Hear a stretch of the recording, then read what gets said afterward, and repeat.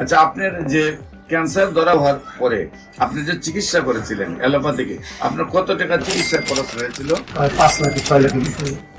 বিশেষ করে আমার সাথে MBBS doctor, DSMS doctor, BSMS ডাক্তাররা আছেন গণস্বাস্থ্য হোমিওতে, এবং আমরা সবাই সহযোদ্ধা হিসাবে নিয়ে কাজ করে আমরা যে সফলতা পেয়েছি তার একটু প্রমাণ আপনাদের সামনে তুলে ধরছি। ভাইজান, আপনার নাম? লিটন দাস। লিটন দাস। আপনার পিতার নাম? বলেন। বলাই দাস।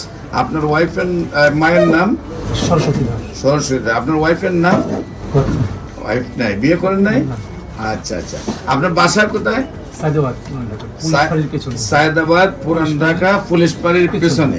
কিভাবে কোথায় চিকিৎসায় যান, কিভাবে চিকিৎসা আপনার এই রোগ ধরা পড়ে, এবং কোথায় কোথায় চিকিৎসা করেছেন, এবং কিভাবে সুস্থ হয়েছেন একটু দেশবাসীর উদ্দেশ্যে বলেন। প্রথমে আমার 2-2.5 বছর আগে ক্যান্সার ধরা পড়ে, লাং ক্যান্সার। এখানে আমার অপারেশন হয়, একটা লাং চলে যায়, একটা লাং এটা ফেলা যায়, একটা রাখি। আর কেমো দিয়েছিলাম 3-4টা কেমো দেওয়ার পরে আবার 2 বছর পরে এটা ফিরে আসে শরীরে। ডাক্তার বলে আবার কেমো দিতে হবে।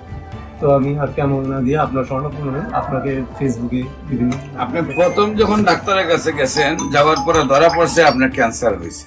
হ্যাঁ, তো ক্যান্সার হওয়ার আগে আপনি ডাক্তারের কাছে গেছেন, আপনার কি প্রবলেম হতো? আমার কাশি হইতো, কাশি হইতো। কাশি হইতো আর শুকায় যেত। পর্যাপ্ত পরিমাণে কাশি হয়তো, তারপরে ডাক্তার দ্বারা গেছেন, ডাক্তার দ্বারা যাওয়ার পরে দেখা গেল আপনার লাং ক্যান্সার।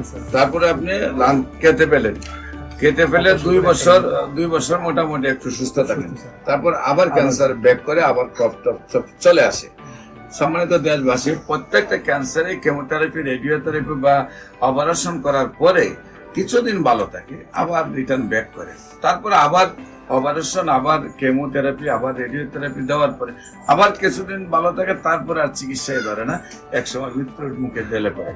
সবাইকে আমাদের অফিস ভিজিট করার আমন্ত্রণ জানিয়ে যে কোনো প্রয়োজনে স্ক্রিনে দেওয়া নম্বরে যোগাযোগ করার জন্য আহ্বান জানিয়ে শেষ করছি। সবাইকে ধন্যবাদ। আসসালামু আলাইকুম ওয়া রাহমাতুল্লাহি ওয়া বারাকাতুহু।